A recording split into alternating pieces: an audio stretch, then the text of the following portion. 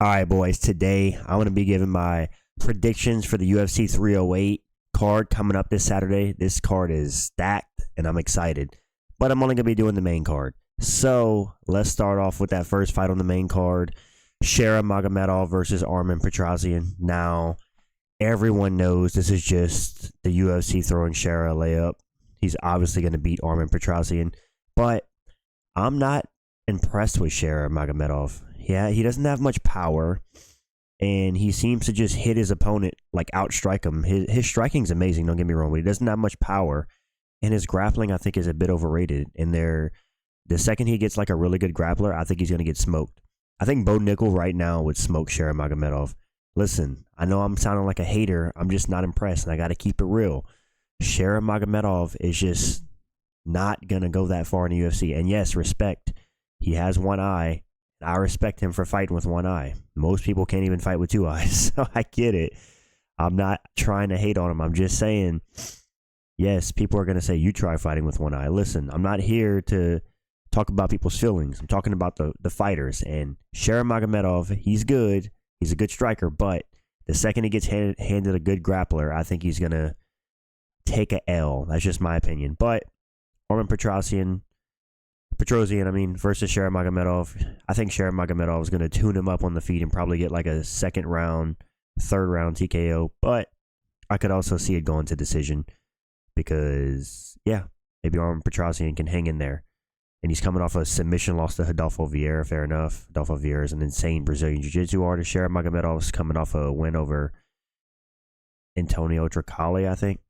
But yeah, good fight. Always entertaining to see Shara fight. So to give me Shara Magomedov by a TKO. Next fight, Magomed Ankalaev versus Alexander Rakic. Now, I do think that Magomed Ankalaev is going to win this fight, but I think he might struggle a little bit. Let me explain why. Alexander Rakic has really good leg kicks, as shown in the Anthony Smith fight and as shown in the Yuri Prohaska fight. Listen, Rakic looked really good in the Yuri fight, but Yuri just tanked everything he had and ended up just blasting him because Yuri Prohaska is insane.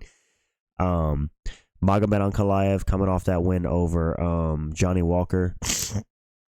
Not too impressive considering Johnny Walker's been knocked out by everybody, but he did what he was supposed to do. He knocked out Johnny Walker. Ankalaev, his fight with Jan Blachowicz, I was really unimpressed because he just showed how he's susceptible to leg kicks. And if he fights somebody who has good leg kicks and good takedown defense as well, what is he going to do if his legs get busted up and he can't take him down? So, but I still think that Ankalaev is going to go out there. He's going to bust up Rakic on the feet and probably TKO him.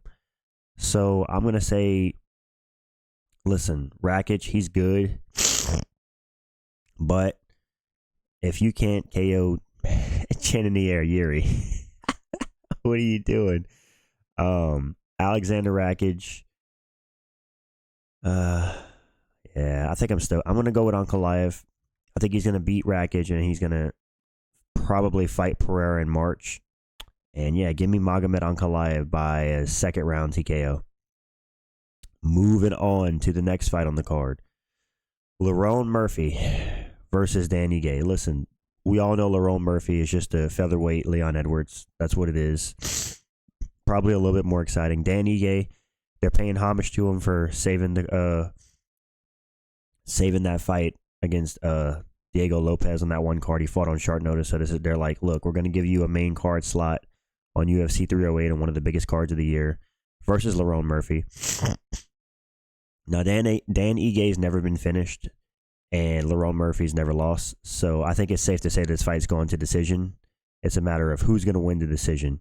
And for me, I think Lerone Murphy is going to outwork Dan Ige over 3 rounds and just be slightly better everywhere. He's going to outstrike him. I think it's going to be a fight that takes place on the feet. And I think he's going to slightly outstrike Dan Ige for probably a 30-27 decision. And Dan Ige is going to hang in there. He's tough. He has 8 losses all by decision. He's tough. He's never been finished. But I just don't see him beating Lerone Murphy. But listen, man, the thing about Lerone Murphy is he's 33 fucking years old. Why is this guy not fighting more often? Why do these fighters who are in their fucking 30s, what are they doing? Like, I'm sick and tired of these fighters who are in their 30s just fighting like twice a year, once a year. Like, bro, let's get in there 3-4 times a year. You're 33. You're not getting any younger. Dan Ige is 33, but respect to Dan Ige. He fights so often. Lerone Murphy, take note, bro. If you don't take any damage in this matchup, let's keep going up the rankings. You're getting old, brother. 33 for featherweight is old. Jesus. Anyways, give me... sorry for that little rant. I'm so sick of these fighters complaining about pay, but they don't fight. Lerone Murphy, by a decision. That's my prediction for this fight. Moving on to the co-main event. Listen, I've already kind of made a video on this, but if you watched it, you know my take already. I think Khamzat Chimaev is going to submit Robert Whitaker in the first or second round. Probably the first round. Listen, if you're watching Khamzat training, you see he's grappling with Olympic gold medalists, and he's hanging in there with him. If that don't say something, I think a lot of people's memories are clouded by Khamzat going to our arguable draw with Usman.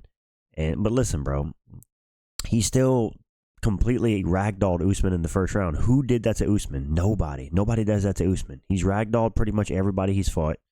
I know Robert Whitaker's coming off in a super impressive first round KO of Ikram Aliskerov, but Ikram's not half the first round grappler that Khamzat is. Khamzat is an insane first round grappler. He's going to shoot on Robert Whitaker immediately. Robert Whitaker's never fought a wrestler to that degree, or a super dangerous grappler to that degree that can threaten with all those submissions. Name the last time Robert Whitaker was in danger of a submission.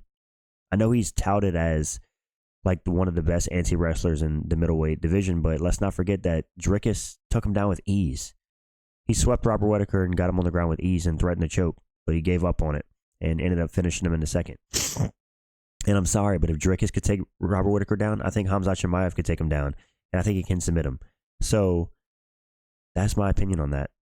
I think Khamzat Chimaev is going to come in there. He's looking sharp in training. I think he's going to go into the fight, immediately shoot a takedown, and yeah, he's going to get Robert Whitaker down. I think he's going to submit him. First round submission for Khamzat Chimaev. Probably a rear naked choke. But if this fight gets past the second round, because it is a 5-round co-main event, if it gets past the second round, I could 100% see Robert Whitaker busting up Khamzat Chimaev for probably like a 4th round TKO. But I don't see that happening. I think Khamzat Chimaev is going to submit him in the first round. So give me Khamzat Chimaev, first round submission. And on to that main event. Ilia Apturio as Conor McGregor. Pop, pop, pop, pop. Y'all watch that clip of how Conor McGregor would beat Ilia? Anyways, Ilia Topuria versus Max Holloway. I've been going back and forth all week on this fight. Man, this is tough. My gut says Ilia, my heart says Max. Listen, I'm concerned for Max because he had one of the best performances of his career against Justin Gaethje at UFC 300. But bro, that was at lightweight. Now he's coming back down to featherweight, where I don't think he has as much pop as featherweight. His power, Max's power, seems to carry over more to lightweight. But he's fighting Ilia Topuria. Ilia Topuria is one of the best boxers in the UFC, if not the best boxer. But man, this is such a crazy fight. Ilia saying he's going to go in there and he's going to KO Max in the first round. Yeah, that's not going to happen. If he couldn't KO Josh Emmett in the first round, he's definitely not KOing Max. I think most likely this fight goes to a decision. It's just, if it goes to decision, who wins? I think Max is the more well-rounded striker. Ilia focuses on his boxing, and he doesn't use too many kicks. I think Max Holloway has it all. He has boxing, he has kickboxing, he has kicks, he has all the above. But what Ilia does well, boxing, he's insane at, man. Shown in the Volkanovski fight, shown in the Josh Emmett fight, tuning him up the whole fight, shown in every fight he's had. And I just don't know if Max Holloway he struggled against shorter opponents, shown in Volkanovski, who beat him 3 times. And he's, once again, going to be the taller opponent against a shorter guy. 4 inches shorter, Ilia Topuria. Ilia has more power for sure.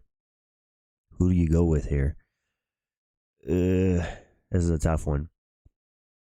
Even though, for some reason, I feel like Max Holloway is going to lose, I'm going to take Max Holloway by a 48-47 decision, 3-2 against Ilia Topuria. But I wouldn't be surprised if it was the other way around. This is such a hard fight to predict. This is my favorite fight of the entire year, my most anticipated fight. I have not been this excited for any other fight. But I'm gonna have to take Max Holloway by unanimous decision. But like I said, I'm not casual or delusional enough to think that Ilia Topuria can't win this fight. I mean, he's crazy.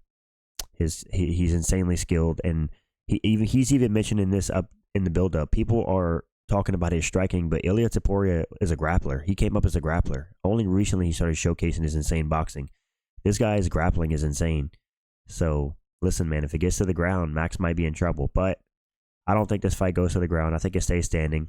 Max Holloway is shown to have good wrestling defense and good grappling defense in general. So give me Max Holloway, but 48-47 decision. But I'm worried, man. I'm worried. That's my predictions for UFC 308 main card coming up this Saturday. I'm super hyped for this fight, and I can't wait to see it go down. Let me know what you guys think in the comments. Do you agree? Am I casual for thinking that Robert Whitaker is going to get submitted? Yeah. Thanks for watching, guys. Peace.